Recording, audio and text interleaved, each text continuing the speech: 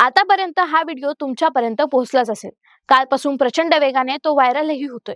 पोलिसांनी आंदोलकाला ताब्यात घेतल्यानंतर संबंधित डीवायएसपीने कमरेत लाथ घातल्याचा क्षण कॅमेऱ्यात कैद झाला आणि त्या दृश्याने महाराष्ट्रभर संतापाची लाट उसळली।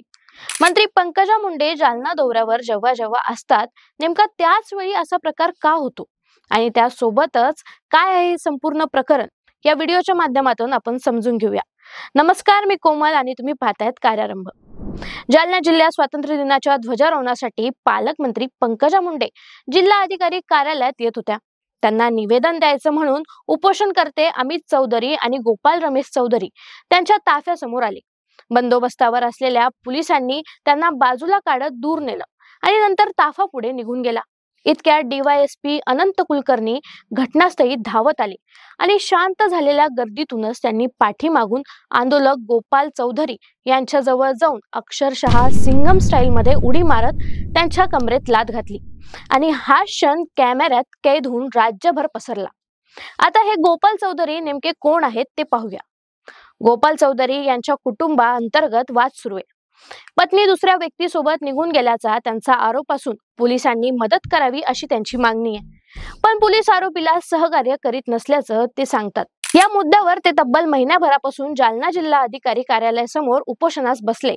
आता स्वातंत्र्य दिनाच्या दिवशी ते पुन्हा पालकमंत्री पंकजा मुंडे यांच्या ताफ्याकडे धावले आणि अंगावर रॉकेल ओतण्याचा प्रयत्न केला। त्यानंतर पोलिसांनी त्यांना ताब्यात घेतलं आणि काही क्षणांनी डीवायएसपीची ती केक कॅमेऱ्यात कैद झाली। आता यामध्ये पाहू की लाथ मारणारे डीवायएसपी अधिकारी कोण आहेत। तर लाथ मारणारे अधिकारी आहेत डीवायएसपी अनंत कुलकर्णी। त्यांची जालन्यात दीर्घकाळ पोस्टिंग ही राहिली। यापूर्वी कदीम पोलीस ठाण्याचे ते पीआय होते।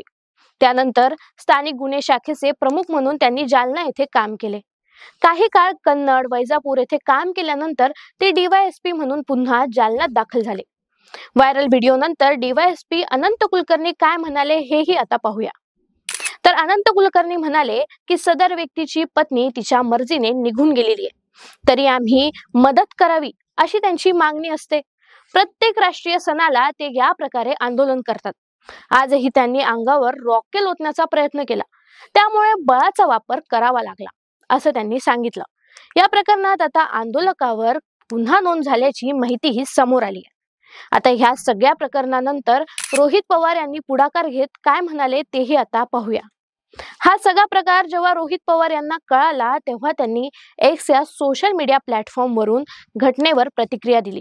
त्यात ते म्हणाले, खून, बलात्कार, दरोडा अशा गंभीर गुन्ह्यातील आरोपीला पोलीस लाथा घालत असतील तर एक वेळा मान्यही करता येईल, पण महिनाभर उपोषण करूनही न्याय मिळत नसल्यामुळे मंत्र्यांना भेटण्यासाठी जाणाऱ्या नागरिकांच्या कमरेत डीवायएसपी अनंत कुलकर्णी नावाचा अधिकारी फिल्मी स्टाईलने लाथ घालत असेल तर हा विकृतीचा कळस आहे अशी संतप्त टीका त्यांनी यावेळी केली। तसेच या घटनेची गंभीर दखल घेऊन शासनाने या पोलीस अधिकाऱ्यावर कठोर कारवाई करावी आणि संबंधित नागरिकालाही न्याय द्यावा अशी ही मागणी आता रोहित पवार यांनी केली आहे। आता पंकजा मुंडे आल्यावर पोलीस असे का वागतात?